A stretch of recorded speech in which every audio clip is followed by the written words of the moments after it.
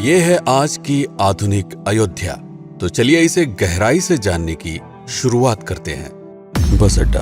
राम मंदिर से 7 किलोमीटर की दूरी पर 14 बीघा जमीन पर 219 करोड़ की लागत से लखनऊ हाईवे पर नया बस अड्डा बनकर तैयार है। Railway station. मंदिर से 1 किलोमीटर की दूरी पर 240 करोड़ रुपए में नया रेलवे स्टेशन डिजाइन किया गया है। भविष्य में अयोध्या से दिल्ली, मुंबई, चेन्नई, बेंगलोर, पुणे, कोलकाता, नागपुर, लखनऊ और जम्मू जैसे शहरों के लिए विशेष रेलगाड़ियां चलाई जाएंगी।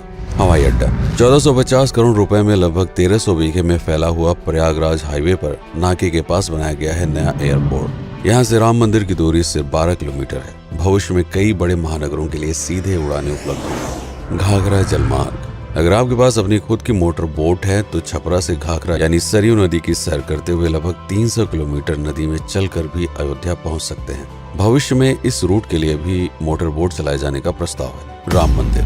अयोध्या के राम मंदिर की कुल कीमत है 1800 करोड़। पूरी तरह बन जाने के बाद अयोध्या का मुख्य आकर्षण होगा। राजस्थान के मशहूर मकराना के पत्थरों से आकार लेते इस मंदिर की अनुमानित उम्र होगी लगभग 1000 साल। 22 जनवरी को पहली मंजिल का उद्घाटन होगा, जिसमें राम की बाल्यावस्था की मूर्ति रखी जाएगी। बाकी की 2 मंजिलों का कार्य चलता रहेगा। खजुराहो के मंदिरों की नागर शैली के आधार पर इसे तराशा जा रहा है। मंदिर का कुल क्षेत्रफल 156 एकड़ या 251 बीघा है।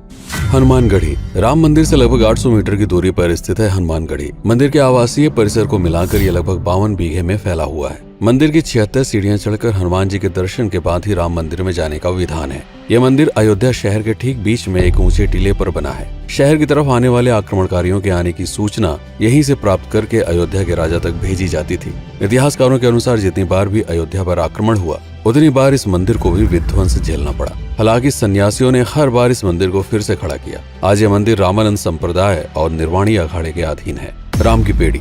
अयोध्या को सरयू नदी की भयंकर बाढ़ से बचाने के लिए इस बांध का निर्माण किया गया था, जिस पर श्रद्धालुओं के स्नान के लिए कई घाट बना दिए गए थे। इतिहासकारों के अनुसार जितनी बार भी बांध टूटता था, सरयू का पानी अयोध्या की गलियों में घुस आया करता था। इसी बाढ़ से बचने के लिए पूरे अयोध्या में जगह जगह पर ऊंचे टीले बनाए गए थे, जैसे राम टीला, हनुमान टीला, लक्ष्मण टीला। आज ये बांध अयोध्या का मुख्य पर्यटन स्थल बन चुका है। हर दीपावली पर यहाँ लाखों दिए जलाकर रामायण की उस घटना को उत्सव के रूप में मनाया जाता है जब श्री राम अयोध्या वापस लौटे थे। अयोध्या के कई बार उजड़ने के पीछे एक कारण इस नदी को भी माना जाता है। हालांकि इसी नदी की वजह से यहाँ पर गन्ने की खेती बड़े स्तर पर की जाती है। लता मंगेशकर चौराहा। नया घाट और बस स्टैंड के पास ही अयोध्या का मुख्य चौराहा 6.7 करोड़ रुपए में बनकर तैयार हुआ है। पद्मश्री से सम्मानित राम सुथार जी ने 2 माह के कठिन परिश्रम के बाद इस 40 फीट लंबी वीणा को आकार दिया। 14 टन की इस वीणा को लता जी के स्मृति चिन्ह के रूप में यहाँ पर लगाया गया है। इसीलिए इसका नाम नया घाट चौराहे से बदलकर लता मंगेशकर चौराहा कर दिया गया है। धर्मपथ। नया घाट से कुछ पहले सड़क के दोनों तरफ 30 फीट ऊंचे 40 सूर्य स्तंभ लगाए गए हैं, जिसे धर्मपथ का नाम दिया गया है, जो श्री राम के राजकुल सूर्यवंश का प्रतीक है।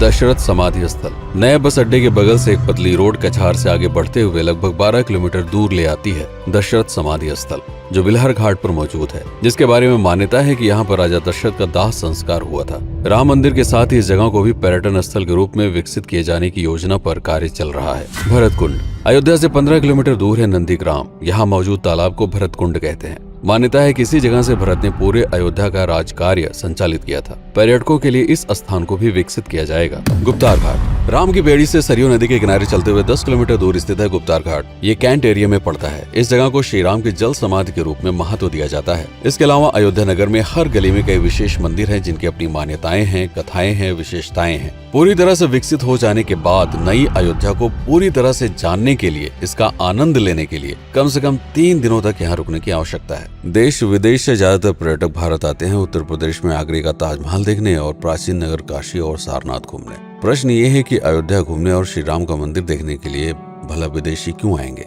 और इसका कारण है भारत में लिखी गई राम कथा की सबसे पहली और प्राचीन पुस्तक रामायण। भारत में रामायण के अलावा कंबोडिया में रीमकेर, थाईलैंड में रामकियन जो कि वहाँ की राष्ट्रीय पुस्तक है, इंडोनेशिया में ककनिक, नेपाल में भानुभक्त रामायण जैसी पुस्तकों में वाल्मीकि की रामकथा से प्रेरणा लेकर इसे अपने अपने देश की संस्कृति के हिसाब से फिर से लिखा गया है।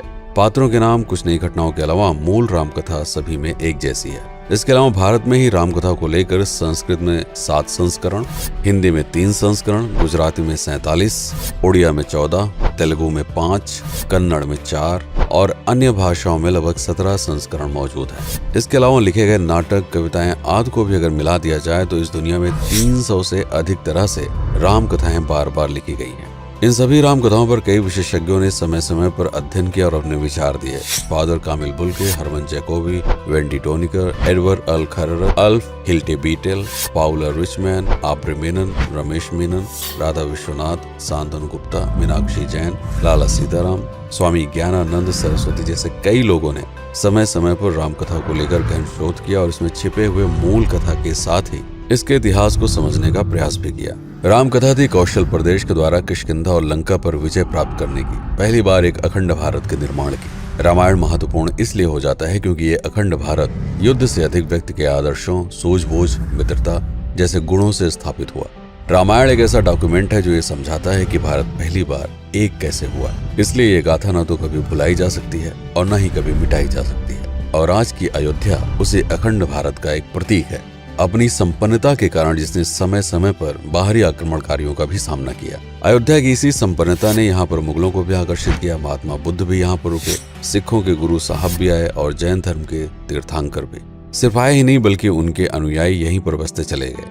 अयोध्या कितनी बार बसी, कितनी बार उजड़ी, इसके बारे में बहुत अधिक प्रमाण उपलब्ध नहीं है। सूर्यवंश के पतन के साथ ही अयोध्या का भी पतन होता रहा। बीच में कई सौ सालों तक अयोध्या मानो विलुप्त सी हो गई। इसका कारण क्या था, इसका कोई प्रमाण नहीं है। अयोध्या को फिर से खोजकर उसे स्थापित करने में बार बार राजा विक्रमादित्य का नाम आता है, लेकिन विक्रमादित्य एक उपाधि है जिसे कई राजाओं को दिया गया था। तो ये कहना मुश्किल है कि किस कालखंड के कौन से राजा ने यह कार्य किया। कुछ विशेषज्ञों का मत है कि यह काम उज्जैन के राजा विक्रमादित्य ने किया होगा।